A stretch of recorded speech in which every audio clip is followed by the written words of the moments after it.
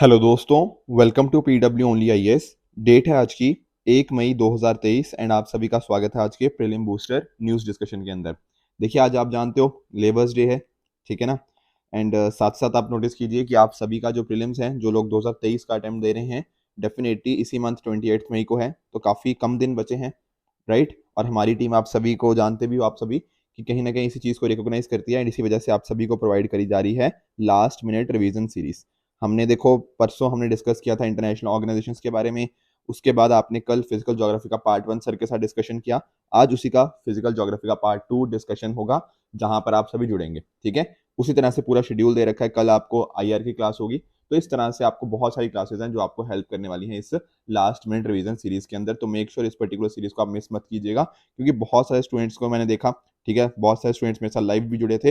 उन्होंने बहुत अच्छा रिस्पॉन्स दिया है इस पर्टिकुलर चीज के अंदर, जहां पर बहुत ही तेजी से रिवाइज हम इन चीजों को कर लेते हैं, राइट। अब चलते हैं, देखो आगे। कल कल एज इन जब सैटरडे को मैंने आपको होमवर्क दिया था आरसेप के बारे में, पर आरसेप में डिस्कस नहीं कर रहा। क्यों नहीं कर रहा आज डिस्कस? क्योंकि देखो इस पर्टिकुलर लेक्चर के अंदर जहां इंटरनेशनल ऑर्गेनाइजेशन डिस्कस किया था, वहां हमने आरसेप को बहुत ही डिटेल में डिस्कस किया है कि रीजनल कॉम्प्रिहेंसिव इकोनॉमिक पार्टनरशिप आखिर है क्या। बस आप लोग एक काम करो, मुझे बस इतना बता दो कि नंबर ऑफ कंट्रीज कितनी है आरसेप में, बस इतना बता दो, ठीक है। बाकी मैं समझ जाऊंगा कि आपको ये टॉपिक अच्छे से क्लियर हो चुका है, राइट। अब देखो, इसके साथ ही कुछ स्टूडेंट्स ने बोला था कि सर थोड़ा हिस्ट्री के ना जो टर्म्स हैं वो भी थोड़ा एक दो रिवाइज करवा दीजिए। तो बिल्कुल, तो मैंने सोचा है कि आज से थोड़ा जो होमवर्क होगा ना, वो थोड़ी हिस्ट्री के टर्मिनोलॉजीज के ऊपर हम डिस्कस करेंगे, क्योंकि मल्टीपल टाइम्स ऐसे क्वेश्चंस भी देखने को मिल जाते हैं यूपीएससी प्रीलिम्स के अंदर। तो आज आपने दो चीजें बतानी है कि श्रेणी क्या होता है और श्रमनाश क्या होता है। इस तरह के डायरेक्ट क्वेश्चन आ जाते हैं, तो कुछ टर्मिनोलॉजीज की प्रैक्टिस हम यहाँ पे कर लेंगे, ठीक है। चलते हैं आगे, ठीक है। एक टॉपिक है PRET इनिशिएटिव। सर ये प्रेट इनिशिएटिव क्या है? देखो, PRET stands for preparedness and resilience for emerging threats initiative. कहने का मीनिंग क्या? देखो, लगभग 3 साल पहले हमने कोविड-19 पेंडेमिक को देखा। बिल्कुल, हम बिल्कुल भी इसके लिए प्रिपेयर्ड नहीं थे, है कि नहीं? किसी भी कंट्री की बात कर लो। अब हो तो सकता है ना ऐसा कि आने वाले टाइम के अंदर कोई और भी इस तरह का कोई फ्यूचर आउटब्रेक आ जाए, हो सकता है ना। तो उसके लिए तो हम प्रिपेयर्ड रह सकते हैं ना। हमने ऐसी चीजें पहले कभी देखी नहीं थी, हमें पता ही नहीं था। पर अब तो थोड़ा हमें आइडिया है, तो अपने आप को हम तैयारी कुछ ना कुछ कर सकते हैं, नहीं कर सकते? बिल्कुल कर सकते हैं। दरअसल में ये WHO का, वर्ल्ड हेल्थ ऑर्गेनाइजेशन का उसी तरह का इनिशिएटिव है कि हम फ्यूचर आउटब्रेक्स के लिए अपने आप को प्रिपेयर कर पाएं उसी स्केल पे जैसा कोविड-19 पैंडेमिक में हमें देखने को मिला। तो यहाँ पर आप नोटिस कीजिए कि जैसे फॉर एग्जांपल आप इनोवेशन की बात कर लीजिए, आप कंट्रीज के बीच में कोलैबोरेशन की बात कर सकते हैं, अलग-अलग पार्टनर्स, अलग-अलग सेक्टर साथ में आ सकते हैं, ठीक है। कैसे फंक्शनल प्रिपेयर्डनेस बढ़ाई जा सकती है। रिस्क देखा जा सकता है कि मान लो कोई पैथोजन है, उसके रिगार्डिंग हमें उसके बारे में कितना पता है, क्या ये इसका पैथोजन का पोटेंशियल है कि आने वाले टाइम में ये बहुत बड़ा बन सकता है। ये सारी चीजों के अंदर हम कहीं ना कहीं वर्क करेंगे ना, तो शायद आने वाले टाइम के अंदर कोई फ्यूचर आउटब्रेक आएगा तो उसके लिए हम पहले से रेडी हो पाएंगे। तो आपस में एक तरह की तैयारी होगी। और यहाँ पर अभी के लिए ना जो फोकस है, वो ध्यान रखिएगा, वो रेस्पिरेटरी पैथोजेंस के ऊपर है, ठीक है। जैसे इन्फ्लुएंजा हो गया, कोरोना वायरस, इनके ऊपर हम फोकस है। पर अभी इनके ऊपर फोकस है। फ्यूचर में क्या होगा, हम बाकी और चीजों की नेक्स्ट ग्रुप ऑफ पैथोजेंस को भी कैसे टैकल करना है उसके ऊपर भी वर्क करते रहेंगे। तो ये यहाँ पे प्लान हमें देखने को मिल जाता है। यहाँ पर इनकी स्ट्रेटजी देखो क्या है कि एक तरह के प्रिपेयर्डनेस प्लान हो हमारे पास, साथ साथ स्टेक होल्डर्स के बीच में कनेक्टिविटी को हम इंक्रीज करें, कैसे कहीं ना कहीं पेंडेमिक प्रिपेयर्डनेस के रिगार्डिंग उसकी फाइनेंसिंग कैसे आएगी, उनके लिए कैसे हम अपनी मॉनिटरिंग कर पाएंगे, ये सारी बातें कहीं ना कहीं यहाँ पे देखने को मिल जाती हैं। तो बात क्या है, बेसिकली जो गैप्स है ना, उसको एक तरह से हम ब्रिज करें, कम्युनिटी को एंगेज करें, ताकि अपने प्रिपेयर्डनेस और रिस्पॉन्स एफर्ट्स को हम अच्छे से यूज कर पाएं। तो थोड़ा सा WHO, वर्ल्ड हेल्थ ऑर्गेनाइजेशन के बारे में पढ़ लेते हैं, ये इंपॉर्टेंट है हमारे लिए डेफिनेटली। तो इसका आप देखो, एस्टेब्लिशमेंट इसकी हुई 1948 के अंदर, जिनेवा, स्विट्जरलैंड के अंदर इसके आपको हेडक्वार्टर्स देखने को मिल जाएंगे। अब देखो, एक तो इसके होते हैं डायरेक्टर जनरल, आप सभी जानते भी होंगे, ठीक है ना, जो एक तरह से इसके सीईओ की तरह काम करते हैं। एक तो वो पर्सन हो गया। एक होती है हमारे पास जो वर्ल्ड हेल्थ असेंबली, जो भी अलग अलग इसके मेंबर स्टेट्स होते हैं ना, उनकी एक असेंबली होती है जिसका नाम है वर्ल्ड हेल्थ असेंबली। असेंबली के अंदर सारे के सारे यहाँ पे जो मेंबर स्टेट्स हैं वो मिलेंगे, ठीक है ना, असेंबली मिलेगी यहाँ पे। एंड एक तरह से वो चूज करेगी कि इस WHO का डायरेक्टर जनरल या फिर जो सीईओ है वो कौन बनेगा। साथ में बजट को अप्रूव करना होता है, पॉलिसीज को बनाना होता है, वो सारी WHO के द्वारा ही करी जाती है। अब सर पैसा कहाँ से आता है? देखो, पैसा आता है एक तो इसकी जो मेंबर स्टेट्स हैं उन्हीं सभी से आता है। जैसे इंडिया मेंबर है तो इंडिया उसको कंट्रीब्यूट करता है, यूएस है, यूएस एक बहुत बड़ा कंट्रीब्यूटर है। उसी तरह से कुछ फिलांथ्रोपिक ऑर्गेनाइजेशंस और बाकी सोर्सेज भी इसको फंड करते हैं। जैसे सर, जैसे आप जानते हो, बिल गेट्स एंड मेलिंडा, ठीक है, bill and Melinda Gates foundation जो है वो कंट्रीब्यूट करती है। तो इस तरह के डिफरेंट डिफरेंट एनजीओ वगैरह भी यहाँ पे डेफिनेटली कॉन्ट्रीब्यूट करते रहते हैं। तो बाकी एनजीओ यूएन एजेंसीज का काफी क्लोजली काम करती है।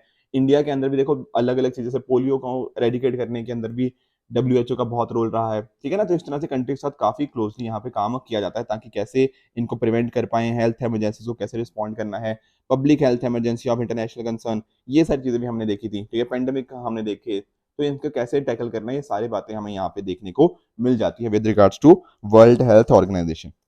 अगले टॉपिक की तरफ बढ़ते हैं, that is Supreme Court modifies judgment on eco sensitive zone. देखो इको सेंसिटिव जोन आप सभी ने पढ़े हैं, मुझे पता है एनवायरनमेंट के अंदर, पर थोड़ा सा रिवाइज कर लेंगे।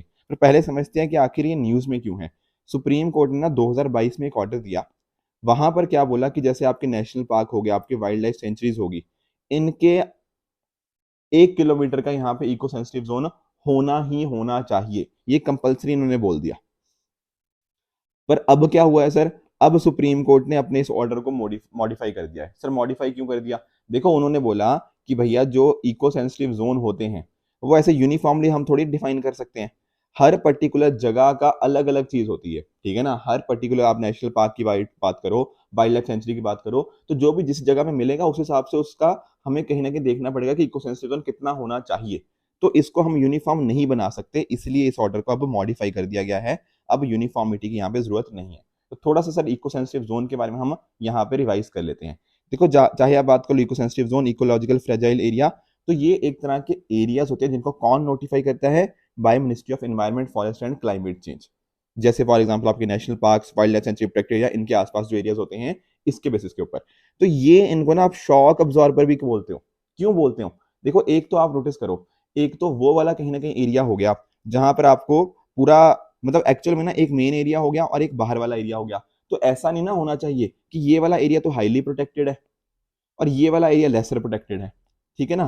तो बीच में भैया कुछ ट्रांजिशन जोन भी तो होना चाहिए, नहीं होना चाहिए? तो ये जो इको सेंसिटिव जोन है इसी ट्रांजिशन जोन की तरह यहाँ पे काम करता है, उसी को एक तरह से शॉक अब्जॉर्बर भी हम बोलते हैं। तो सर इनको डिमार्केट कैसे करते हैं? देखो आप एक बात नोटिस करो, हमारे पास एक एनवायरमेंट प्रोटेक्शन एक्ट है 1986 का, यहाँ पर ये शब्द यूज नहीं किया गया इकोलॉजिकल इको सेंसिटिव जोन, पर ध्यान में देना वर्ड भले यूज नहीं किया पर एक्चुअल में ये इसी एक्ट से आता है। सर वो कैसे? इसका एक सेक्शन है, सेक्शन 325, ठीक है ना। इसको अगर आप नोटिस करोगे तो यहाँ पर क्या है लिखा हुआ कि सेंट्रल गवर्नमेंट कुछ एरियाज के अंदर कुछ रिस्ट्रिक्शन लगा सकता है, जैसे कि कहाँ पे इंडस्ट्री नहीं होगी, कहाँ ऑपरेशन नहीं होंगे, ठीक है ना। तो इस तरह की चीजों के ऊपर रिस्ट्रिक्शन लगाई जा सकती है। साथ में जो रूल 5(1) है, ठीक है, एनवायरमेंट प्रोटेक्शन रूल्स का 1986 का, वो कहता है कि लोकेशन ऑफ इंडस्ट्रीज हो गया, कुछ ऑपरेशंस हो गया, उसके ऊपर भी कुछ प्रोहिबिशंस लगाई जा सकती हैं। तो इन्हीं पर्टिकुलर क्राइटेरिया को यूज करते हुए, इन्हीं पर्टिकुलर प्रोहिबिशंस को यूज करते हुए हमारी गवर्नमेंट क्या करती है? नो डेवलपमेंट जोन्स को एक तरह से यहाँ पे डिक्लेयर किया जाता है। तो इस तरह से ये चीज वर्क करती है। आई बात समझ में? ठीक है। अब एक्सटेंट क्या होता है? देखो जनरली हम क्या करते हैं, 10 किलोमीटर रूल को इंप्लीमेंट करते हैं जनरल प्रिंसिपल का, पर एक्चुअल एप्लीकेशन जो होती है वो वेरी करती रहती है एज द कंडीशन में भी, ठीक है ना। उसके ज्यादा भी किया जा सकता है, ठीक है ना। तो यूनियन गवर्नमेंट उनको इकोलॉजिकल सेंसिटिव जोन की तरह करती है, अगर बहुत ज्यादा इंपॉर्टेंट होते हैं तो उस केस में ऐसा देखने को मिल जाता है। अब ध्यान से समझो सर, इनको हम कौन सी एक्टिविटीज यहाँ पे परमिटेड होती हैं और कौन सी प्रोहिबिटेड होती हैं। देखो जब हम बात करते हैं परमिटेड की, तो परमिटेड के अंदर आप देख लो, एग्रीकल्चर ऑलरेडी हो रहा हो, हॉर्टिकल्चर प्रैक्टिस हो रही हो, तो उनको हम परमिट करते हैं। रेन वाटर हार्वेस्टिंग हो गया, ऑर्गेनिक फार्मिंग हो गया, रिन्यूएबल एनर्जी सोर्सेज का यूज हो गया, ठीक है, ग्रीन टेक्नोलॉजी, इस तरह की चीजें यूज करना यहाँ पे परमिटेड है, ठीक है। तो प्रोहिबिटेड कौन सी है, कौन सी रोकी गई है, यहाँ पर आप नोटिस कर सकते हो, commercial mining, saw mills, industries जो होता है पॉल्यूशन कॉज करती हैं, मेजर हाइड्रो इलेक्ट्रिक प्रोजेक्ट्स हो गया, वुड का कमर्शियल यूज हो गया, टूरिज्म एक्टिविटीज जैसे हॉट एयर बलून हो गया, इस तरह की चीजों को यहाँ पे प्रोहिबिट किया जाता है। तो एक्चुअल में ना देखो सर, इसकी हेल्प क्या हो रही है? पहली बात तो ना जो डेवलपमेंट एक्टिविटीज है उनका कहीं ना कहीं नेगेटिव इंपैक्ट ना आए, उसको हमने कर लिया, ठीक है ना। साथ में ही कई बार मैन एनिमल कॉन्फ्लिक्ट के हमें सिचुएशंस देखने को मिल जाती हैं, उनको हम टैकल कर सकते हैं यहाँ पे, कि दोनों में आपस में मैन एनिमल कॉन्फ्लिक्ट ना हो एंड उसके बेसिस पे क्या हो, प्रोटेक्शन हो पाए उनका, ठीक है ना। और साथ ही साथ फ्रेजाइल इकोसिस्टम के ऊपर नेगेटिव इंपैक्ट ना आए, ये सारी चीजें इकोलॉजिकल सेंसिटिव जोन हमें करने में हेल्प कर देती है, ठीक है। तो रिसेंट सुप्रीम कोर्ट जजमेंट आप समझ गए होंगे कैसे इन्होंने ऑर्डर को मॉडिफाई किया है, क्योंकि हम इनको शॉक अब्जॉर्बर की तरह एक्ट कर रहे हैं, तो यहाँ पर यूनिफॉर्मली हम इसको अप्लाई नहीं कर सकते, ठीक है। तो 2 प्रीवियस ईयर क्वेश्चन आए हैं, देखो इसी के रिगार्डिंग, थोड़ा इसको आप ना मुझे कमेंट्स में बताना, एक इको सेंसिटिव जोन के रिगार्डिंग ही है, तो इसको ट्राई करना पहले प्रीवियस ईयर क्वेश्चन को, और दूसरा प्रीवियस ईयर क्वेश्चन इसको भी एक बार ट्राई करना कि इसका आंसर क्या होगा, ठीक है। अगर ये आंसर्स कर लोगे, कहीं ना कहीं मुझे पता लग जाएगा कि आप लोगों ने सही डायरेक्शन पे हो, आपकी एनवायरनमेंट की तैयारी बिल्कुल सही डायरेक्शन में चल रही है। अगले टॉपिक की तरफ बढ़ते हैं, that is national medical devices policies 2023। अब जो हमारी यूनियन कैबिनेट है उसने इस पर्टिकुलर पॉलिसी को अप्रूव दे दिया है। अब आप लोग समझो, यहाँ बात हो रही है मेडिकल डिवाइसेस पॉलिसी की। अब मेडिकल डिवाइसेस क्या होती हैं? देखो, जैसे आपका सिटी स्कैन वगैरह आप करते हो, ठीक है, एक्सरे की मशीन्स होती हैं, ठीक है ना, ये सारी जो मशीन्स वगैरह होती हैं ना, इनको बोलते हैं मेडिकल डिवाइसेस। इनफैक्ट आपके जो थर्मामीटर हो गया, आपका ऑक्सीमीटर हो गया, ये सारी चीजें भी मेडिकल डिवाइसेस के अंदर ही आ जाती हैं। पर फर्क है, देखो ये जो मैं बात कर रहा हूँ ना, एक्सरे, सीटी स्कैन वगैरह, ये थोड़ी हाई एंड वाली चीजें हैं, ठीक है ना, काफी एक्सपेंसिव होती हैं। या फिर जब आप कहीं हॉस्पिटल में देखते हो ना कि अलग अलग मशीन साइड में लगी होती हैं, तो वो सारी हाई एंड वाली मशीन होती हैं, बहुत ही एक्सपेंसिव होती हैं, बहुत ही महंगी मशीन्स आती हैं। कुछ बहुत छोटी भी आती हैं, कोई बहुत सस्ती भी आती है, जैसे मैंने थर्मोमीटर वगैरह का बताया, ठीक है ना, तो वो लो एंड की तरफ आ जाती हैं। अब जब हम बात करते हैं ना यहाँ पर स्पेशली हाई एंड वाले के ऊपर, यहाँ पर ना ये ज्यादातर मतलब नियरली 80 to 85% जो इस तरह की मेडिकल डिवाइसेस हैं वो इम्पोर्ट ही करवाते हैं। हम खुद बनाते ही बहुत कम है, ठीक है, आई बात समझ में?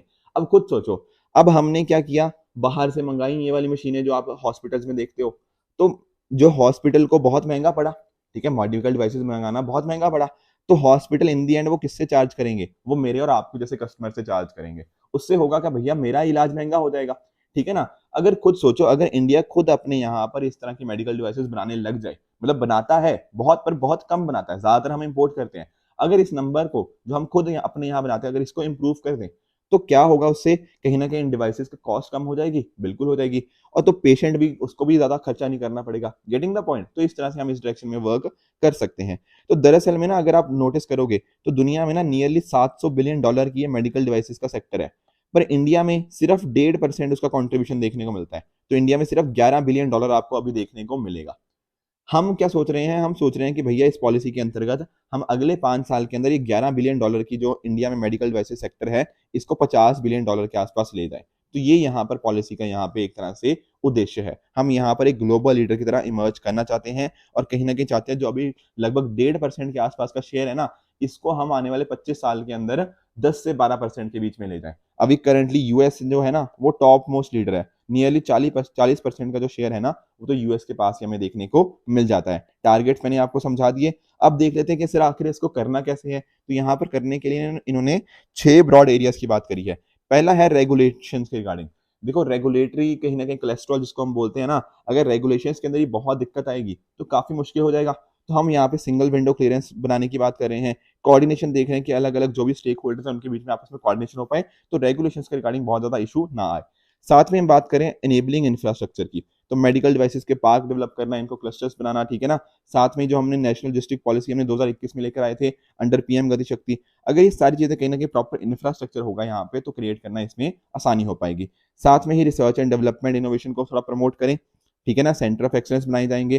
प्लग एंड प्ले इंफ्रास्ट्रक्चर, इसका मीनिंग क्या होता है? देखो, इसका मीनिंग होता है कि सारी चीजें ऑलरेडी रेडी हैं, ठीक है, इंफ्रास्ट्रक्चर बिल्कुल रेडी है, आप डायरेक्टली जाके वहां पे काम स्टार्ट कर सकते हो। क्लियर? Getting the point? यहाँ पर यूजर को कोई भी एडजस्टमेंट वगैरह नहीं करनी पड़ती। तो इस तरह का इंफ्रास्ट्रक्चर यहाँ पे बनाया जाएगा। साथ में स्टार्टअप्स को प्रमोशन दिया जाएगा, प्रमोट किया जाएगा, उनको उनको सपोर्ट दी जाएगी, ताकि आप भी इस पर्टिकुलर डायरेक्शन में काम कीजिए। साथ में देखो, आप इन्वेस्टमेंट यहाँ पे अट्रैक्ट करी जा रही है। जैसे आप नोटिस करते हो ना, बहुत सारे हमारे यहाँ प्रोग्राम्स हैं, Make in India, Ayushman Bharat, Heal in India, Startup India, इस तरह की चीजें हैं। इसके साथ में पब्लिक प्राइवेट पार्टनरशिप हो गया, फंडिंग वगैरह को हम वेंचर कैपिटलिस्ट के थ्रू इस पर्टिकुलर सेक्टर के अंदर लेकर आए, प्राइवेट इन्वेस्टमेंट को प्रमोट करें, ये सारी बातें यहाँ पे डिस्कस करी गई हैं। साथ में देखो, लोगों की भी जरूरत पड़ेगी, तो इसलिए स्किलिंग, अपस्किलिंग, रीस्किलिंग, ये सारी चीजें इस पर्टिकुलर डायरेक्शन में होंगी, तो कहीं ना कहीं जो पर्सोनल है उनकी भी हमें शॉर्टेज नहीं देखने को मिलेगी। एंड लास्टली, ब्रांड पोजिशनिंग कैसे करनी है, लोगों के अंदर अवेयरनेस कैसे क्रिएट करना है, एक्सपोर्ट प्रमोशन काउंसिल एक डेडिकेटेड इसी पर्टिकुलर सेक्टर के लिए बनाई जाएगी, ताकि जो हमारे टारगेट्स हैं with regards to national medical devices policy, उन पर्टिकुलर टारगेट्स को हम अच्छे से अचीव कर पाए। ठीक है जी, ओके।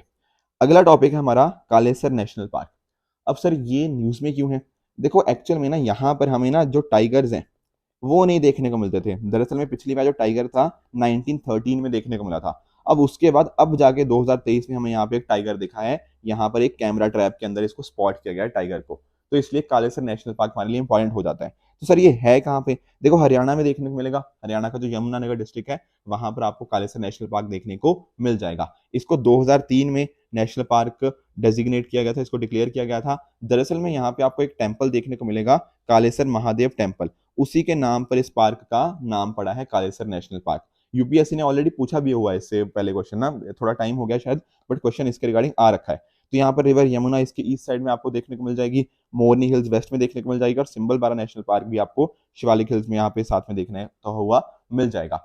यहाँ पर पार्क में एक बहुत इंपॉर्टेंट चीज है, दैट इज डार्क बंगलोस। देखो ये आप घर की इमेज देख रहे हो, ये दरअसल में डार्क बंगलो इसको बोलते हैं, इसको डार्क हाउस भी बोलते हैं, ठीक है ना। दरअसल में होता क्या था ना, ब्रिटिश इंडिया के टाइम्स पर ये एक गवर्नमेंट बिल्डिंग की तरह काम करता था। जब कंपनी राज था या फिर जो ब्रिटिश राज था उस टाइम पर ये कंपनी सॉरी गवर्नमेंट बिल्डिंग तरह एक तरह से काम करता था। आपको ये सिर्फ इंडिया में नहीं, इंडिया, बांग्लादेश, पाकिस्तान हर जगह देखने को मिल जाएंगे। सर यहाँ पर होता क्या था, बेसिकली मान लो कोई गवर्नमेंट ऑफिशियल है, ठीक है, वो किसी काम के लिए यहाँ पर आया है, मान लो कोई, ठीक है, जैसे मान लो कहीं पर भी आया, ठीक है, कालेसर के अंदर आया है, तो यहाँ पर रहने का इंतजाम उसका यहाँ पे होता था। Getting the point. तो जैसे कई बार मतलब एज अ रेस्ट हाउस भी हो गया, ट्रैवलर के जो बंगलोज हैं उनकी तरह हो गया, ठीक है, उस तरह के पर्पज सर्व करने के लिए यहाँ पे होता था। अब यहाँ पर काफी सारे लोग काम करते थे, जैसे एक इस घर का केयर टेकर होता था, ठीक है ना, अटेंडेंट होता था एक इसका, एक साथ में पोस्टमैन भी होता था यहाँ पे, ठीक है, डाक वाला। तो कहीं ना कहीं वहीं से इसका डाक हाउस भी, इसका नाम इस तरह से पड़ने लग गया है। तो डाक बंगलोज इसको एक तरह से रहते हैं कि तो आराम से कोई बंदा आएगा आएगा गवर्नमेंट ऑफिशियल आराम से यहाँ पे रह सकता है। मतलब बहुत, या तो कई बार ना जो आम लोगों के लिए भी, आम लोग ऐसे जो कुछ ट्रैवलर्स होते हैं वो भी कुछ पर्टिकुलर पैसा देके यहाँ पे रह सकते हैं। तो इस तरह की चीजों को बोलते थे डाक बंगलोज। तो डाक बंगलोज बड़े ही फेमस है यहाँ पे, ठीक है, देखने को मिल जाएंगे इस पर्टिकुलर कालेसर नेशनल पार्क के अंदर। तो ये इंपॉर्टेंट चीज आपको अच्छे से पता होनी चाहिए। फ्लोरा के अंदर थोड़ा बात करें तो आप देखते हो टॉल एंड डेंस साल ट्रीज यहाँ पे देखने को मिल जाएंगे। जैसे फॉर एग्जाम्पल कुछ और इंपॉर्टेंट ट्रीज भी हैं, जैसे सेमुल, बहरा, माल्टास, शीशम, खैर, सेन, चहल एंड झिंगान, ये आपको यहाँ पे देखने को मिल जाएंगे। और कुछ इंपॉर्टेंट फौना की अगर हम बात करें तो लेपर्ड्स, घुराल, ठीक है, बाकिंग डियर, सांबर, चीतल, Python, king cobra, monitor lizard, ये कुछ इंपॉर्टेंट एनिमल्स हमें यहाँ पे देखने को मिल जाते हैं। अगले टॉपिक की तरफ बढ़ते हैं, that is exercise Ajay warrior, ठीक है। तो पहली बात तो आपको ये ध्यान में रखना है कि किसके बीच में होती है, ये होती है देखो यूनाइटेड किंगडम और इंडिया के बीच में, ठीक है। तो अभी सर कहाँ पे कंडक्ट करी जा रही है, अभी कंडक्ट करी जा रही है सेलिसबरी प्लेन्स यूनाइटेड किंगडम के अंदर 27 अप्रैल से लेके 11 मई के। तो होता क्या है ना, एक बार ये होती है यूके के अंदर, फिर अगली बार होती है इंडिया के अंदर। तो इस तरह से एक एक टाइम करके यहाँ पे चलता रहता है, ऑल्टरनेटिवली हमें यहाँ पे देखने को मिल जाता है। तो हमारे यहाँ से आप नोटिस कर सकते हो, ठीक है ना, तो Indian army soldiers Bihar regiment के यहाँ पे पार्टिसिपेट कर रहे हैं, और दो गोरखा राइफल्स फ्रॉम यूके हमें यहाँ पे देखने को पार्टिसिपेट करते, मतलब सेकंड जो गोरखा राइफल्स हैं वो पार्टिसिपेशन उनका यहाँ पे देखने को मिल जाएगा। तो काम क्या है सर इस पर्टिकुलर, देखो जो भी एक्सरसाइज होती है कहीं ना कहीं यही हेल्प करती है कि आपस में कंट्रीज के बीच में अच्छे रिलेशन हो पाए, आपस में इंटरऑपरेबिलिटी बनाई जा पाए, कैसे आर्मीज कुछ पर्टिकुलर सिचुएशन के अंदर रिएक्ट करती हैं, तो आपस में उनकी बेस्ट प्रैक्टिस को भी शेयर किया जा पाए, आपस में फ्रेंडशिप हो गया, कमराडरी हो गया, ये भी थोड़ा डेवलप हो पाए। ये सारे ऑब्जेक्टिव्स यहाँ पर इन पर्टिकुलर एक्सरसाइज के हमें यहाँ पे देखने को मिल जाएंगे। बट ध्यान में मेजरली यही रखना कि इंडिया और यूके के बीच में यहाँ पे बात हो रही है, राइट, ठीक है। अब जो आज हमने डिस्कशन किया इसके बेसिस के ऊपर मैं आपको ये 5 क्वेश्चन दे रहा हूँ। इन 5 क्वेश्चन का आंसर आप मुझे नीचे कमेंट सेक्शन में बताओगे कि इनमें से कौन सा ठीक है एंड कौन सा गलत है। सैटरडे को जो 5 क्वेश्चन दिए थे, क्विकली आपको मैं उन सभी 5 क्वेश्चन का आंसर बता देता हूँ। पहला था बिग कैचअप इनिशिएटिव, किसने लॉन्च किया था इसको, क्या WHO, यूनिसेफ, इन सभी ने लॉन्च किया था, Gavi? The answer is yes. देखो एक्चुअल में आप याद कीजिए कि बिग कैचअप इनिशिएटिव है क्या। हमने बात कही ना कि कोविड-19 पेंडेमिक, उस टाइम के ऊपर हम लोग ना कोविड-19 पेंडेमिक को इतना ज़्यादा ध्यान देने लग गए कि बाकी चीज़ों के रिगार्डिंग हम पीछे छूट गए। जैसे और जो कहीं ना कहीं चीज़ें थी उनका वैक्सीनेशन का भी तो हमारी जिम्मेदारी थी, तो ये चीज़ें कहीं ना कहीं इसमें हमें डिक्लाइन देखने को मिल गया। तो इसलिए बिग कैचअप इनिशिएटिव उसी डिक्लाइन को टैकल करने की कोशिश कर रहा है। एक तरह के वैक्सीनेशन स्पेशली चिल्ड्रन के अंदर हम बूस्ट करना चाहते हैं इस पर्टिकुलर एफर्ट के through, that is big catch-up initiative. दूसरा बाल्टिक सी, क्या Denmark, France, Germany, Poland, Lithuania और लातविया यही इसकी बॉर्डरिंग कंट्रीज हैं? The answer is no. ये फ्रांस जो है ना यहाँ पर इसकी बॉर्डरिंग कंट्रीज नहीं है। आप जाके देखना, वहां मैंने आपको मैप दिखाया था और मैंने क्लियरली बताया था कि यहाँ पर आपको Denmark, Germany, Poland, Lithuania, Latvia, Estonia, Russia, Finland और स्वीडन, ये आपको कंट्रीज इसकी बॉर्डरिंग कंट्रीज देखने को मिल जाएंगी। तीसरा लेसर फ्लेमिंगो, क्या इसका IUCN स्टेटस वल्नरेबल है? The answer is again false. इसका यहाँ पे आपको IUCN स्टेटस नियर थ्रेटेंड देखने को मिल जाता है। चौथा स्टेटमेंट नॉर्थ सी, क्या अटलांटिक ओशन की नॉर्थ ईस्ट आर्म है? ये बात बिल्कुल ठीक है, इसका भी आप मैप देख सकते हो, मैंने आपको लेक्चर्स में बताया हुआ है। पांचवा, महिला सम्मान सेविंग सर्टिफिकेट अकाउंट, क्या यहाँ पर जो मैक्सिमम इन्वेस्टमेंट है वो 10 लाख हो सकती है? The answer is again false. देखो यहाँ पर क्या था ना, हमने बात किया था कि आप कहीं ना कहीं इन्वेस्ट कीजिए कितना, मिनिमम 1000 और मैक्सिमम हो सकता है आपका 2 लाख, और इसके ऊपर यहाँ पे साढ़े साढ़े 7% का यहाँ पे आपको इंटरेस्ट रेट एन्युअली मिलेगा। तो ये था महिला सम्मान सेविंग सर्टिफिकेट अकाउंट के अंदर, तो इस वजह से पांचवी स्टेटमेंट फॉल्स हो जाएगी। अब इसी तरह से इन पांचों क्वेश्चंस का आंसर, एंड साथ ही साथ मैंने आपसे जो हिस्ट्री की दो टर्मिनोलॉजीज पूछी है, दैट इज श्रेणी और श्रमनाश, इन सभी क्वेश्चंस का आंसर, एंड साथ में दो प्रीवियस ईयर क्वेश्चन थे, एक इकोसेंसिटिव जोन के ऊपर, दूसरा था उसी के साथ रिलेटेड एक टॉपिक था, तो इन दोनों क्वेश्चंस का आंसर भी आप मुझे नीचे कमेंट सेक्शन में बताओगे, फिर उन सभी क्वेश्चंस का आंसर मैं कल आपके साथ डिस्कस कर लूंगा, ताकि आपकी रिवीजन भी अच्छे से हो जाए। ठीक है, अगर आपको इस लेक्चर की पीडीएफ चाहिए तो आप my Telegram channel only as nothing else पे जाके इसकी पीडीएफ को एक्सेस कर सकते हो, एंड अपनी प्रिपरेशन को और भी बेहतर बना सकते हो। फिर से बता दूं, देखो रिवीजन सीरीज हमारी चल रही है, लास्ट मिनट रिवीजन सीरीज, तो डेफिनेटली इस सीरीज का आप अच्छे से यूटिलाइजेशन कीजिए, ताकि आपके आने वाले प्रीलिम्स के अंदर बहुत अच्छे से स्कोर आप कर पाओ। ठीक है फ्रेंड्स, तो this it for this video. I hope आपको आज का सेशन बहुत अच्छे से समझ आया होगा। इसी तरह से आप भी अपने एंड पे हार्ड वर्क करते रहिए। Goodbye and good luck.